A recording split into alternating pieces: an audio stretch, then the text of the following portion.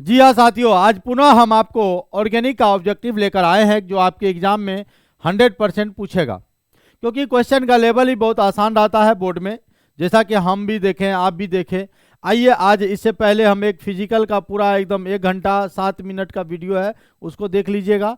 और आज ऑर्गेनिक का कंप्लीट बता देते हैं कि ऑर्गेनिक से कैसे क्या आता है। सबसे पहले आप जान लो भाई कि जो टोटल नंबर यहाँ से आपको मिलेगा ना, 28 नंबर मिलेगा, 28 मार्क्स मिलेगा, 28 मार्क्स का मिलेगा। इसलिए घबराइएगा नहीं, एग्जाम में फुल बना के आइएगा, टेंशन लेने का नहीं, देने का। और ऑर्गेनिक में टोटल आपको यहाँ पर अभी हम 5 चैप्टर की बात कर रहे हैं। हेलो एल्केन हेलोएरिन की, अल्कोहल फिनॉल ईथर की, एल्डिहाइड कीटोन कार्बोक्सिलिक एसिड की, एमीन की और जैव अणु की। ये पांचों चैप्टर का देखिएगा, बहुत ही बढ़िया बढ़िया ऑब्जेक्टिव हम आपको बता रहे हैं जो एग्जाम में आपके आते हैं। चलिए शुरुआत करते हैं। सबसे पहले हेलो एल्केन में सबसे पहले जान लो हेलोजन ग्रुप के बारे में। ये जो हमारा हेलोजन ग्रुप है, आप स्क्रीनशॉट भी ले लीजिएगा इन सब का। हेलोजन बोलते हैं वर्ग 17 को। अगर कोई पूछेगा हेलोजन किसको बोलते हैं, वर्ग 17 को। और इसमें कौन कौन एलिमेंट है, तो भैया फ्लोरीन है, क्लोरीन है, ब्रोमीन है, आयोडीन है। ठीक है, ये आपका डाई एटॉमिक मॉलिक्यूल होता है, द्विपरमाणविक अणु होता है। और अगर यहाँ पर ऑक्सीकारक पूछेगा कि ऑक्सीकारक गुण जो है सबसे ज़्यादा केकरा में होता है, ऑक्सीडाइजिंग प्रॉपर्टी जो है सबसे ज़्यादा केकरा में होता है, तो आप कहिएगा ऑक्सीडाइजिंग प्रॉपर्टी जो होता है सबसे ज़्यादा फ्लोरीन का होता है, उससे कम क्लोरीन का होता है, उससे कम ब्रोमीन का होता है और उससे कम आयोडीन का होता है। ये ऑक्सीकारक वाला गुण हो गया। उसके बाद याद रखिएगा, क्योंकि चैप्टर का नाम है, आप तो जानिए रहे हेलो एल्केन, एल्केन के बारे में आते हैं। आपको यहाँ से एल्केन का फॉर्मूला पूछ सकता है। एल्केन का जनरल फार्मूला GF, गर्लफ्रेंड ना समझिएगा, जनरल फार्मूला बोलिएगा। तो क्या होता भैया, CnH2n+2। चलो भैया एल्किन भी जानिए लो, एल्किन का अगर जनरल फार्मूला पूछेगा तो CnH2n होता है। अगर अल्काइन का कोई आपसे जनरल फार्मूला पूछेगा तो बोलना CnH2n-2। इन तीनों में से एक आपका रहेगा, इसलिए ध्यान से समझिएगा। उसके बाद देखिए, आपको मोनो हेलो एल्केन पूछेगा, डाई हेलो एल्केन पूछेगा, ट्राई हेलो एल्केन पूछेगा।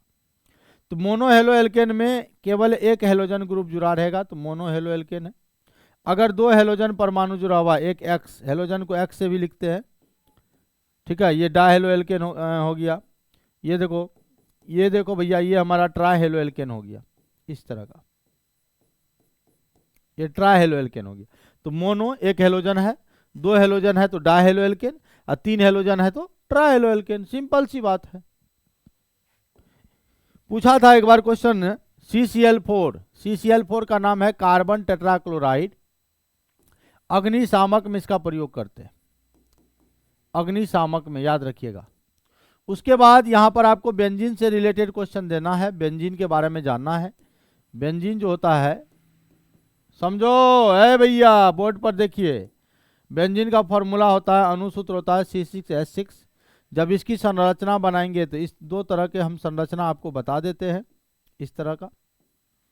तो यहाँ जो आप ये जंक्शन पॉइंट देख रहे हैं, यहाँ जो कार्बन है, सब कार्बन का प्रसंकरण अगर यहाँ से पूछेगा तो हो जाएगा sp2। sp2 प्रसंकरित कार्बन होता है, और सबके पास एक एक हाइड्रोजन होता है। जहाँ जहाँ आप कार्बन देख रहे हो सबके पास एक एक हाइड्रोजन होता है। इसमें हो सकता है आपको सिग्मा बॉन्ड पूछ ले, पाई बॉन्ड पूछ ले, तो सिग्मा बॉन्ड याद रखना 12 होता है, सीधा सा सिग्मा बॉन्ड कितना 12, और पाई बॉन्ड जो होता है, पाई बॉन्ड बेंजीन में 3 होता है। तो बेंजीन का या तो फॉर्मूला पूछेगा, या बेंजीन में कार्बन का प्रसंकरण पूछेगा, हाइब्रिडाइजेशन पूछेगा तो बोल देना sp2, और सिग्मा बॉन्ड पूछेगा तो 12, पाई बॉन्ड पूछेगा तो 3। ये बेंजीन के बारे में हुआ। अब देखो भैया, बेंजीन का नाइट्रेशन कराना पूछता है कि बेंजीन का नाइट्रोकरण कराएंगे तो क्या बनेगा। तो देखो ये बेंजीन है, और नाइट्रोकरण का मतलब होता है कि नाइट्रिक एसिड से रिएक्शन कराना, HNO3 से रिएक्शन कराना, और ये सांद्र सल्फ्यूरिक अम्ल के उपस्थिति में ये रिएक्शन होता है, तो ये बन जाता है नाइट्रोबेंजीन। यानी बेंजीन में अगर NO2 जुड़ जाता है तो इसको हम लोग क्या कहते हैं, नाइट्रोबेंजीन कहते हैं। तो ये हमारा हो गया नाइट्रोबेंजीन। तो क्वेश्चन ऐसा पूछेगा कि बेंजीन का नाइट्रोकरण करने पर क्या प्राप्त होता है, तो नाइट्रोबेंजीन प्राप्त होता है। समझ गए, बेंजीन का नाइट्रोकरण करने पर क्या प्राप्त होता है, तो नाइट्रोबेंजीन प्राप्त होता है। उसके बाद यहाँ से आपका SN1 SN2 जो रिएक्शन पूछता है, SN1 nucleophilic substitution unimolecular reaction, SN1 याद रखिएगा 2 स्टेप में होता है, 2 स्टेप में होगा। और जब SN2 रिएक्शन की बात करेंगे तो ये 1 स्टेप में होगा, 1 स्टेप में होगा, एक ही चरण में पूर्ण होता है। जब ये 2 स्टेप में बनता है तो यहाँ पर इंटरमीडिएट के रूप में जो बीच की अवस्था होती है, संक्रमण अवस्था जिसको आप कहते हैं, तो संक्रमण अवस्था के रूप में कार्बोकैटायन बनता है, कार्बोकैटायन बनता है। और यहाँ पर बन जाता है संक्रमण अवस्था, संक्रमण अवस्था। ऐसा क्वेश्चन पूछा गया था कि बताइए कि SN1 रिएक्शन के अकॉर्डिंग कौन सी अवस्था बनता है, तो कार्बोकैटायन बनेगा। और इसमें क्या बनेगा, क्या बनेगा, ये मोबाइल दीजिए सर मेरा।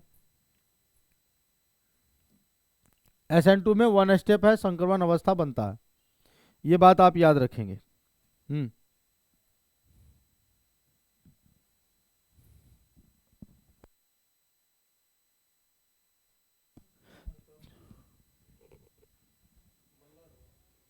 अरे बना, यहाँ से स्टार्ट करिएगा तो अपने हो जाएगा सब। समझ गए, SN1 SN2 समझ गए। तो ये हमारा जो है बोर्ड के एग्जाम में जो क्वेश्चन आता है उनको हम देख रहे हैं।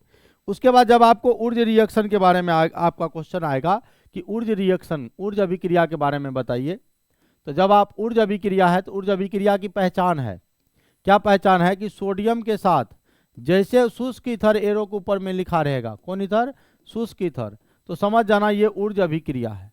सोडियम, क्योंकि ऊर्जा अभिक्रिया में अल्काइल हैलाइड का अभिक्रिया कराते हैं शुष्क ईथर के साथ, अल्काइल हैलाइड की अभिक्रिया किसके साथ, शुष्क ईथर के साथ कराते हैं, सोडियम के साथ, और शुष्क ईथर की उपस्थिति में, तो आपका ऊर्जा अभिक्रिया हो गया।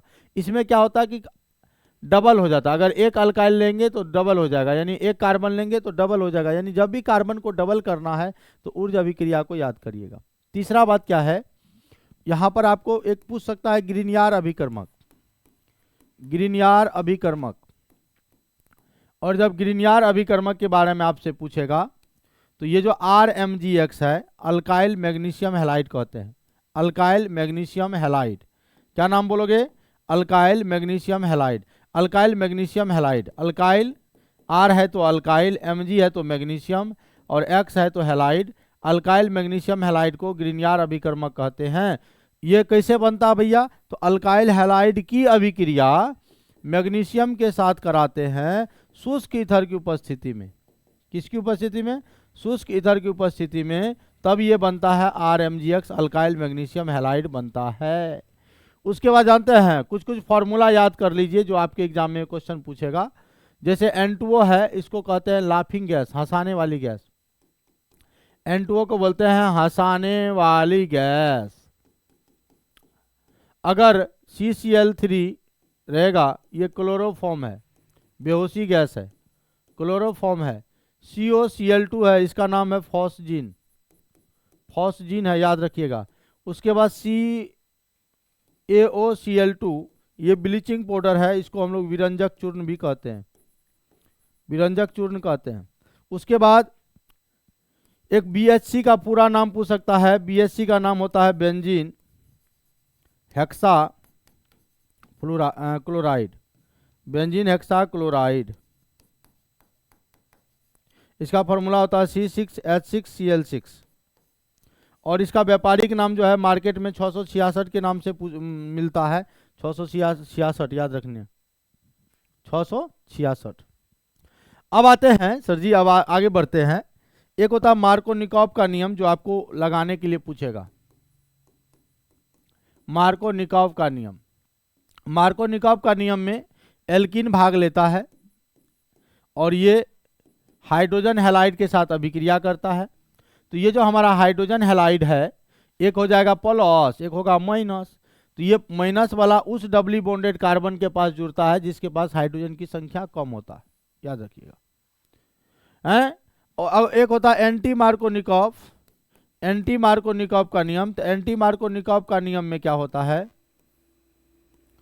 कि एल्कीन रहेगा, डबल बॉन्ड वाला रहेगा, लेकिन ध्यान दीजिएगा, लेकिन इसकी अभिक्रिया कराया जाएगा केवल HBr से, और यहाँ एरो के ऊपर में लिखा रहेगा पर ऑक्साइड। तो जैसे पर ऑक्साइड रहेगा तो आप समझ लेना कि यहाँ एंटी मार्कोनिकॉव का नियम लगेगा।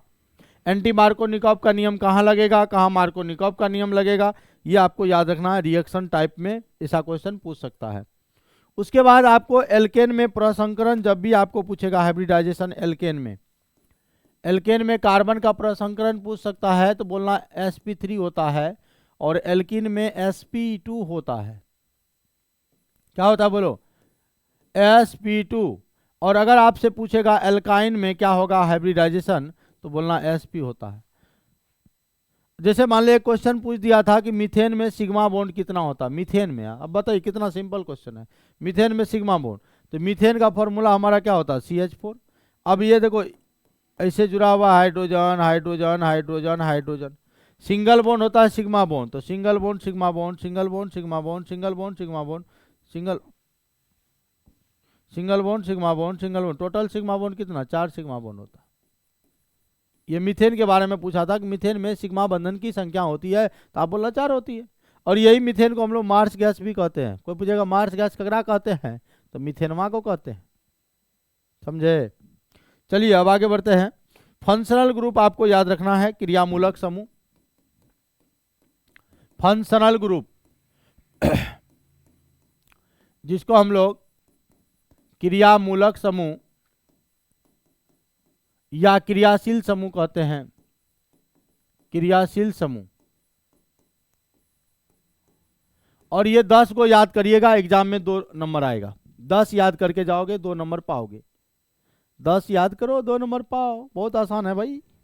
कौन कौन है जानते हैं, एगो है COOH, एकरा कहते हैं कार्बोक्सिलिक एसिड। क्या नाम है बोलो, कार्बोक्सिलिक एसिड। तो आपके मन में होगा सर जी एग्जाम में क्वेश्चन कैसे आएगा, तो ऐसे पूछेगा कार्बोक्सिलिक अम्ल का क्रियामूलक समूह या क्रियाशील समूह या फंक्शनल ग्रुप होता है, तो आप बोलना COOH होता है। अगर SO3H रहेगा तो SO3H को आप बोलिएगा सल्फोनिक एसिड, सल्फोनिक एसिड। अगर COOR रहेगा तो ईस्टर, क्या रहेगा भैया, ईस्टर। अगर COCl रहेगा एसिड क्लोराइड। अगर CN रहेगा साइनाइड, साइनाइड। अगर CHO रहेगा एल्डिहाइड, एल्डिहाइड। अगर CO रहेगा कीटोन, CO कीटोन, CO रहेगा कीटोन। अगर OH लगा रहेगा तो अल्कोहल है, ये अल्कोहल है। अगर NH2 है तो एमीन है। ये 10 हुआ, देखो तो 2 2 4 2 6 1 7। अच्छा CONH2 नहीं, भूल गए, CONH2 रहेगा तो ये हमारा एसिड एमाइड है, एसिड एमाइड है। CONH2 क्या है, एसिड एमाइड है। तो ये फंक्शनल ग्रुप आपको एग्जाम में पूछा जाएगा। तो फंक्शनल ग्रुप को भी आप MTR करके रखोगे, मारो टोटल रट्टा, मारो टोटल रट्टा फॉर्म, ये सब भी आप याद कर लेंगे, कोई दिक्कत। उसके बाद आपको यहां से ल्यूकास अभिकर्मक जब पूछेगा, ल्यूकास अभिकर्मक, ल्यूकास अभिकर्मक जो है क्या होता है, अभिकर्मक ZnCl2 और HCl के मिश्रण को। तो लेकिन HCl कैसा होगा, सांद्र होगा, याद रखिएगा। ZnCl2 और HCl के मिश्रण को ल्यूकास परीक्षण कहते हैं, ल्यूकास अभिकर्मक कहते हैं। और ल्यूकास अभिकर्मक का हम लोग जो प्रयोग करते हैं तो अल्कोहल का पहचान करने के, अल्कोहल का जांच करने के लिए। तो अल्कोहल का हम लोग जो जांच करते हैं इस तरह से हम लोग याद रखना, ये अल्कोहल का हम लोग यहाँ से जांच करते हैं ल्यूकास परीक्षण द्वारा। हम ये क्वेश्चन बैंक भी ले लिए हैं, क्वेश्चन बैंक भी साथ हम करवाते जा रहे हैं, आपको पढ़ने की ज़रूरत नहीं है। IUPAC ने हम सब पूछ सकता है, तो बना देना आप सब्जेक्टिव में। क्या होता है जब एक यौगिक से दूसरा यौगिक में आपको बनाने के लिए कहेगा तो बना देना। और अल्कोहल का क्रियाशीलता आपको अब पूछेगा, अल्कोहल की क्रियाशीलता, अल्कोहल की क्रियाशीलता। तो जब अल्कोहल की क्रियाशीलता पूछेगा तो आप ऐसे याद रखना, CH3OH का क्रियाशीलता सबसे ज़्यादा है, इसके बाद 1 डिग्री अल्कोहल का, उसके बाद 2 डिग्री अल्कोहल का, उसके बाद 3 डिग्री अल्कोहल का। ठीक है। जैसे मान लो भैया ये देखो RCH2OH, OH जिस कार्बन से जुड़ा है वो उससे एक अल्काइल ग्रुप जुड़ा हुआ है, इसलिए ये 1 डिग्री अल्कोहल है। और ये देखो भैया यहाँ CH करे, यहाँ 2 अल्काइल ग्रुप जोड़ दिए तो ये हो जाएगा 2 डिग्री अल्कोहल। और अगर यहाँ 3 अल्काइल ग्रुप जुड़ा हुआ है तो ये हो जाएगा 3 डिग्री अल्कोहल, 3 डिग्री अल्कोहल। तो इन तीनों में सबसे ज़्यादा क्रियाशीलता किसका? 1 डिग्री अल्कोहल का, उसके बाद 2 डिग्री अल्कोहल का, उसके बाद 3 डिग्री अल्कोहल का। उसके बाद पावर अल्कोहल पूछेगा आपको। पावर अल्कोहल, पावर अल्कोहल क्या है? ये दो चीज का मिश्रण होता है, मिश्रण है दो चीज का। 20% अल्कोहल रहता है और 80% पेट्रोल रहता है। दोनों के मिश्रण को हम लोग पावर अल्कोहल कहते हैं। याद रखिएगा, पावर अल्कोहल जब भी कहेगा तो आप बता देना। फिनॉल के बारे में जानो। फिनॉल, फिनॉल जो है बेंजीन है, ये हमारा बेंजीन में OH लगा हुआ है, इसको हम लोग कहेंगे फिनॉल। और इसका फॉर्मूला होता है C6H5OH फिनॉल। फिनॉल को हम लोग कार्बोलिक अम्ल भी कहते हैं, कार्बोनिल अम्ल, कार्बोनिल अम्ल भी कहते हैं। फिनॉल का दूसरा नाम क्या है? कार्बोनिल अम्ल है। ये फिनॉल का दूसरा नाम है, कार्बोनिल अम्ल होता है। ठीक है, बोलो ना भैया, ठीक है। उसके बाद आ जाइए, आ जाइए, आ जाइए।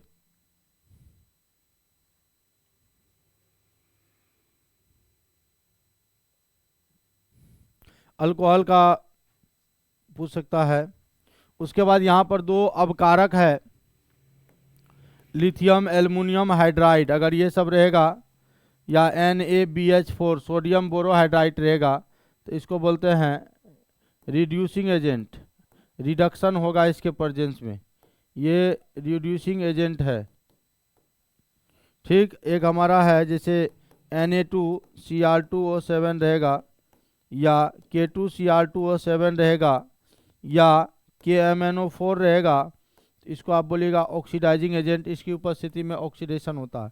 कुछ ऐसा भी क्वेश्चन याद रखिएगा कि अल्कोहल का जब ऑक्सीडेशन कराते हैं, क्योंकि अल्कोहल है ये, ALC माने अल्कोहल, और जब अल्कोहल का ऑक्सीडेशन कराते हैं तो ये बन जाता है एल्डिहाइड अल, और एल्डिहाइड का ऑक्सीडेशन कराते हैं तो बन जाता है ओइक एसिड यानी कार्बोक्सिलिक एसिड। तो ये हमारा एल्डिहाइड है और ये हमारा कार्बोक्सिलिक एसिड है, कार्बोक्सिलिक एसिड है। अगर उल्टा जाएंगे, कार्बोक्सिलिक अम्ल से एल्डिहाइड पर जाएंगे तो रिडक्शन कराना होगा, एल्डिहाइड से हम लोग अल्कोहल पे जाएंगे तो हम लोग को रिडक्शन कराना होगा। तो ये रिडक्शन वाली बात है, इनको आप पूरा याद रखिएगा, कोई दिक्कत? उसके बाद सर चलो कि अगर कहीं पर PDBaSO4 लिखा हुआ है तो समझ जाना, एरो के ऊपर हमेशा लिखा रहेगा, तो इसको कहते हैं रोजेनमुंड, रोजेनमुंड अभिक्रिया। इस अभिक्रिया का नाम देंगे हम लोग रोजेनमुंड अभिक्रिया। अगर एरो के ऊपर ऐसा लिखा हुआ मिलेगा तो समझ जाना, या नीचे में अवकरण लिखा हुआ हो सकता है। अगर ऐसा रहेगा तो आप रोजेनमुंड अभिक्रिया इसका नाम देंगे, रोजेनमुंड अभिक्रिया इसका नाम देंगे। ठीक ना? उसके बाद चलिए आगे बढ़ते हैं, आगे बढ़ते हैं।